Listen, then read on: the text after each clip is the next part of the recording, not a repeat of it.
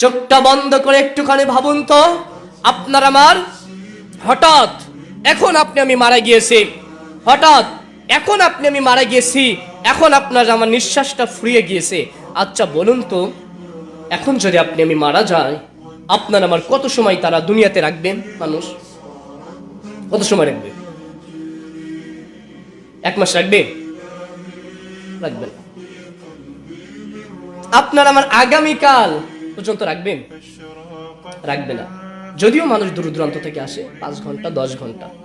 তাহলে এখন মৃত্যুর তো গ্যারান্টি নাই, আগে বললেন।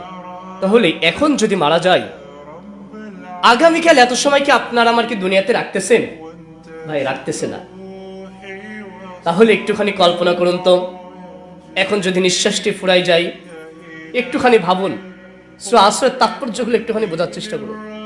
এখন যদি মারা যায়, আগামীকাল এত সময় আপনার আমার এই দুনিয়াতে ভাই রাখবে না। ঠিক মাগরিবের সময়, আসরের সময় আপনার আমার লাশটা এইভাবে রাখা হবে। একটুখানি ভাবুন তো, অন্তর দিয়ে ভাবুন। আপনার আমার লাশটা এইভাবে রাখা হবে, পিছনে সবাই এইভাবে জানাজার সালাত আদায় করতেছে, ইমাম এখানে দাঁড়িয়েছে, লাশটা এইভাবে সামনে। আপনার আমার পরিস্থিতি সেদিন কেমন হবে? আমরা কি এই দুনিয়ায় কি আমরা কি সবাইকে স্থায়ী? আমাদের কি মৃত্যু আসবে না?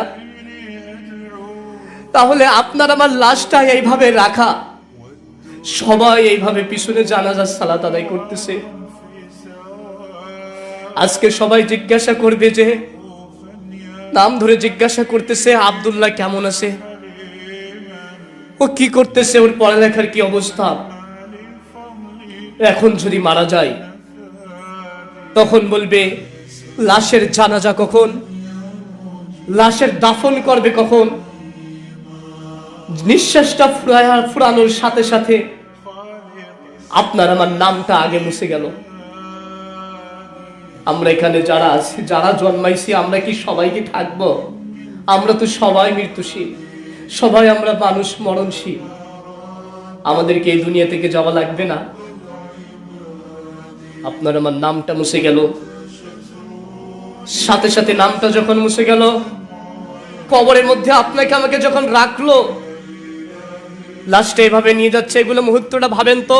সবাই আমরা আজকে অন্যের জানাজার সালাত আদায় করি, আপনার আমার জানাজার সালাত সবাই আদায় করতে আসবে। আজকে অমুক ভাইয়ের জানাজার সালাত, একদিন সবাই বলবে আজকে খালিদের জানাজার সালাত এতটার সময়। এই যে দুনিয়ার প্রতি যে আপনার আমার এত ভালোবাসা, এত দুনিয়ার প্রতি যে আপনার আমার ভালোবাসা, আজকে দুনিয়ায় আপনার আমার যে সময়কে আমি কত আজে বাজে নষ্ট করতেছি। একটা সময় মানুষের মুখে মুখে বলবে খালিদ ভাই মারা গিয়েছে, একটা সময় সবাই এভাবে আপনারা জানাজার সালাত আদায় করতে আসবেন।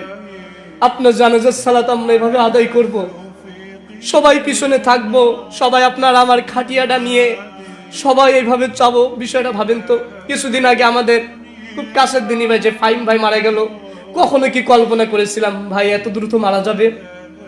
তার 1 সপ্তাহ আগেও সুস্থ ছিল। এভাবে তো আপনার আমার মৃত্যুটা চলে আসবে, এভাবেই তো আপনার আমার মৃত্যুটা চলে আসবে। একটুখানি কি কল্পনা করেছি? খাটিয়াটা যখন নিয়ে যাচ্ছে, নিয়ে যাওয়ার পরে ওই যে মাটির নিচে যখন আপনাকে আমাকে রাখতেছে, এই শীতকাল, আপনি একটু ওই যে মাটিতে হাত দিবেন। আমি মাঝে মধ্যে একটু মাটিতে হাত দিয়ে দেখি মাটিটা কেমন। ওই মাটিতে হাত দিয়ে দেখবেন মাটিটা কত ঠান্ডা। এখন ওই মাটির নিচে আপনার আমার রাখা হবে। আপনার আমার ডানেও মাটি, আপনার আমার বামেও মাটি, ডানেও মাটি বামেও মাটি, উপরে আপনার আমার বাঁশের ছাউনি। কল্পনা কি করেছেন? আপনার আমার জীবনে কি এমনটা হবে না? ডানে বামে মাটি, মাথার উপরে বাঁশের ছাউনি, অনন্তকাল সেখানের উপরে থাকতে হবে। তাহলে এখনো যদি আমি নিজেকে পরিবর্তন না করতে পারি, এখনো যদি নিজেকে আমলদার তৈরি করতে না পারি নিজেকে, তাহলে আপনার আমার কিন্তু ওই গাধার মতন অবস্থা হয়ে যাবে, ওই অপদার্থ অমনোযোগী পাগল ছাত্রের মতন আপনার আমার অবস্থা হয়ে যাবে।